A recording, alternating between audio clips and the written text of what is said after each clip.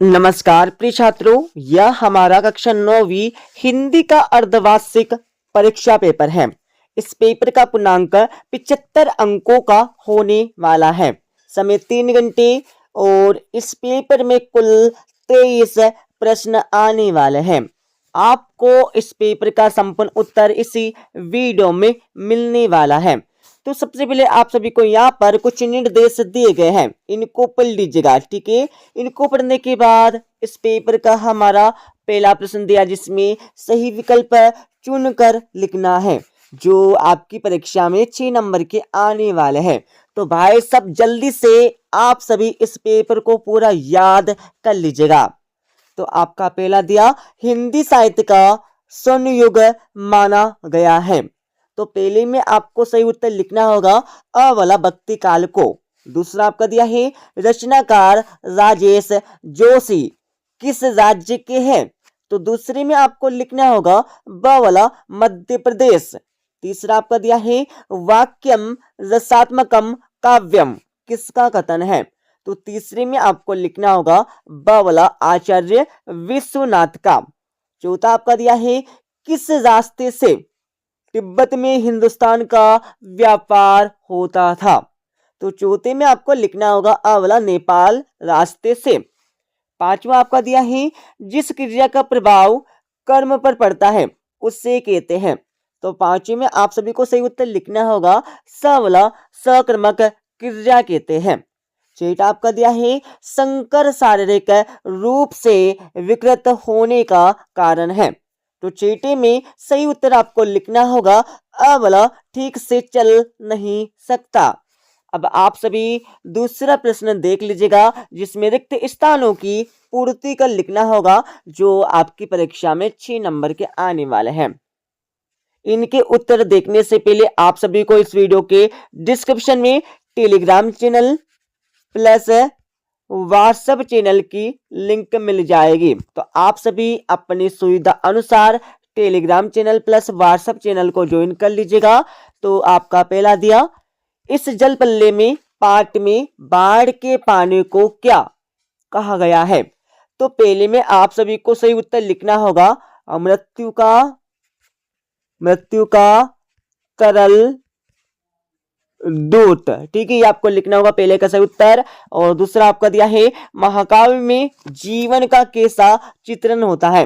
तो दूसरे में आपको लिखना होगा संपूर्ण आपको दूसरे का सही उत्तर लिखना है। और तीसरा आपका दिया है छंद को पढ़ते समय आने वाला विराम क्या कहलाता है। तो तीसरे में आपको लिखना होगा यति कहलाता है। और अगला आपका दिया है प्रेमचंद कैसे साहित्यकार थे। तो चौथे में आप सभी को लिखना होगा यथार्थवादी। ठीक है, आपको चौथे का सही उत्तर लिखना होगा। और पांचवा आपका दिया है कैदी और कोयल दोनों ही किस देश के वासी हैं। तो पांचवे में आप सभी को लिखना होगा गुलाम आपको पांचवे का सही उत्तर लिखना है। छठा आपका दिया है समास कितने प्रकार के होते हैं। तो छठे में आपको लिखना होगा समास हमारे 6 प्रकार के होते हैं। अब आप सभी देख लीजिएगा तीसरा प्रश्न जिसमें निम्नलिखित कथनों के समक्ष सत्य या असत्य आपको लिखना होगा, जो आपकी परीक्षा में 6 नंबर के आने वाले हैं। तो आपका पहला दिया है मंगोलों का मुंह लाल होता है। तो बिल्कुल होता है, सत्य हो जाएगा। दूसरा आपका दिया है किरण शब्द का पर्यायवाची रश्मि है। तो बिल्कुल है आपका दूसरा सत्य हो जाएगा। तीसरा आपका दिया है गांधी जी के अनुसार हमें अपनी बुनियाद पर कायम रहना चाहिए। तो बिल्कुल रहना चाहिए, तीसरा आपका सत्य हो जाएगा। और चौथा आपका दिया है जिसके कारण मन में भाव जागृत होते हैं उससे आलंबन कहते हैं। तो लगा लीजिएगा बिल्कुल नहीं कहते, असत्य हो जाएगा। और माखनलाल चतुर्वेदी की रचना साहित्य देवता है। तो बिल्कुल है, सत्य हो जाएगा। और उमा से शंकर का विवाह हो गया था। तो बिल्कुल नहीं हुआ था, असत्य हो जाएगा। ठीक है, अब आप सभी देख लीजिएगा चौथा प्रश्न जिसमें सही जोड़ी मिलाकर लिखना होगा, जो आपकी परीक्षा में 6 नंबर की आने वाली है। तो सही जोड़ी का मिलान कर लीजिएगा। ललद्द में आपको लिखना होगा कश्मीरी कवित्र।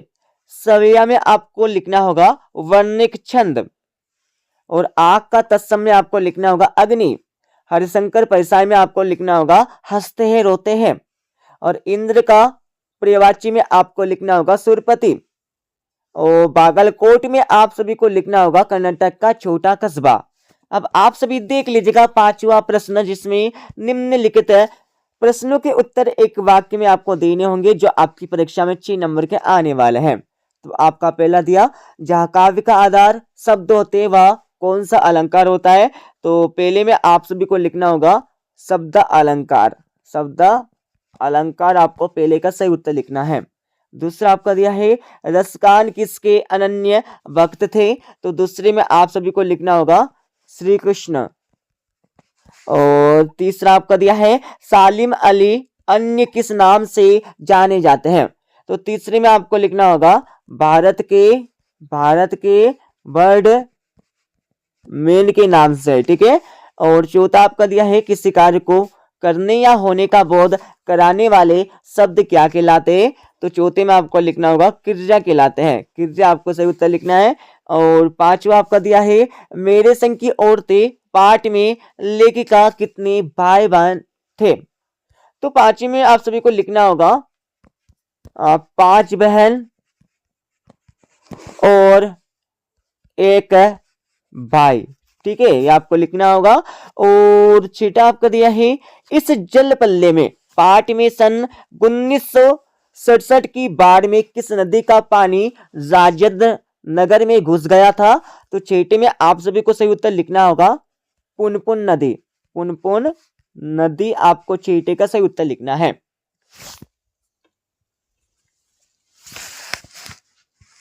अब आप सभी 2-2, 3-3 एवं 4-4 नंबर के प्रश्न पढ़ लीजिएगा। सभी के उत्तर आपको बताएंगे इस वीडियो के लास्ट में। तो फटाफट आप सभी इस पेपर को पूरा देख लीजिएगा। तो आपका छठा प्रश्न दिया, जिसमें भक्ति काल के 2 कवि एवं प्रत्येक की एक रचनाओं के नाम आपको लिखना होगा। और 8वीं वाले प्रश्न में आप सभी को नई कविता के 2 कवियों के नाम एवं उनकी एक रचना का नाम आपको लिखना होगा। और 7वीं प्रश्न में आप सभी को सर्वेश्वर दयाल सक्सेना अथवा सुमित्रा नंदन पंत की भाव सौंदर्य की कोई 2 विशेषताएं आपको लिखना होगा। 8वें प्रश्न में आप सभी को मानसरोवर से कवि कबीरदास का क्या आशय, इसके बारे में आपको बताना होगा। और 8वीं वाले प्रश्न में आप सभी को लता ने बादल रूपी मेहमान को किस तरह देखा और क्यों देखा। 9वां प्रश्न आपका दिया है, ठीक है। 9वीं के बाद आप सभी यहाँ पर 10वां प्रश्न देख लीजिएगा। 10वीं के बाद आपको 11वां प्रश्न दिया, 12वां प्रश्न आपको यहाँ पर दिया है, पढ़ लीजिएगा। और 13वें प्रश्न में आप सभी को हरिशंकर परसाई अथवा महादेवी वर्मा की भाषा शैली की 2 विशेषताएं आपको लिखना होगा। और 14वां प्रश्न आपका दिया है, ठीक है। और 15वें प्रश्न में आप सभी को लेखक ने तिब्बत की यात्रा किस देश में की है, इसके बारे में आपको लिखना होगा। और 8वां प्रश्न आपको यहाँ पर दिया है। 16वां प्रश्न आप सभी यहाँ पर पढ़ लीजिएगा। 16वें के बाद आपको यहाँ पर 17वां प्रश्न यहाँ पर दिया गया है। 17वें के बाद आप सभी 18वां प्रश्न यहाँ से देख लीजिएगा, जिसमें काव्यांश को पढ़ना होगा। पढ़ने के बाद संदर्भ प्रसंग सहित आपको भावार्थ लिखना है। और आप सभी 19वां प्रश्न यहाँ पर देख लीजिएगा, ठीक है, जिसमें संदर्भ प्रसंग सहित आपको वाक्य लिखना होगा इस गद्यांश के। और 20वें प्रश्न में आप सभी को अपने गांव या शहर पर एक अनुच्छेद आपको लिखना होगा। और 8वां प्रश्न आपको दिया है। और 21वें प्रश्न में आप सभी को इस अपठित काव्यांश को पढ़ना होगा। इसको पढ़ने के बाद इसके नीचे लिखे प्रश्नों के उत्तर आपको देने होंगे, जैसे कि आपका पहला दिया, जिसमें सुनागरिक शब्द से मूल एवं उपसर्ग छाटकर आपको लिखना होगा। तो सु हमारा हो जाएगा उपसर्ग और नागरिक हमारा हो जाएगा मूल शब्द, ठीक है, नागरिक हमारा मूल शब्द हो जाएगा।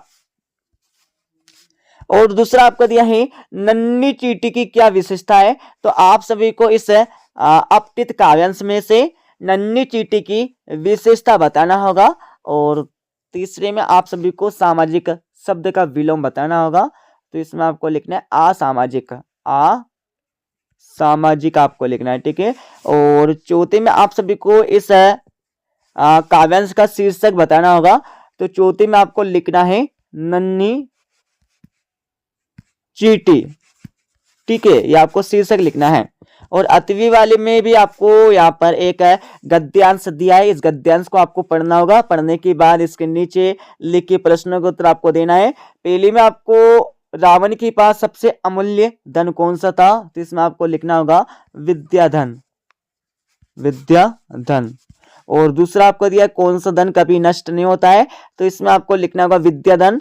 और तीसरा आपका दिया है पराजित शब्द का आपको विलोम बताना होगा, तो इसमें आपको लिखना है अपराजित। और चौथे में आप सभी को इस गद्यांश का शीर्षक आपको बताना होगा, तो इसमें आपको लिखना है विद्याधन, इस गद्यांश का शीर्षक।